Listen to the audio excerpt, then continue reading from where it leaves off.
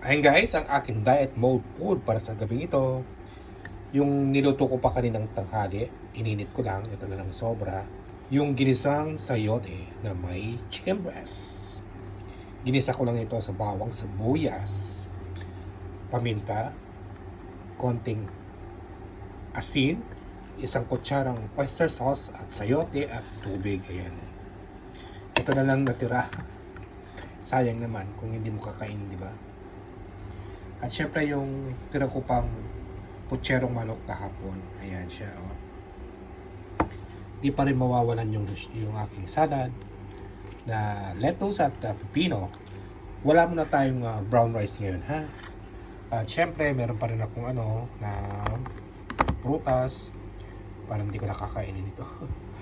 Saging, orange, tsaka ng apple. Kaya halina po kayo guys.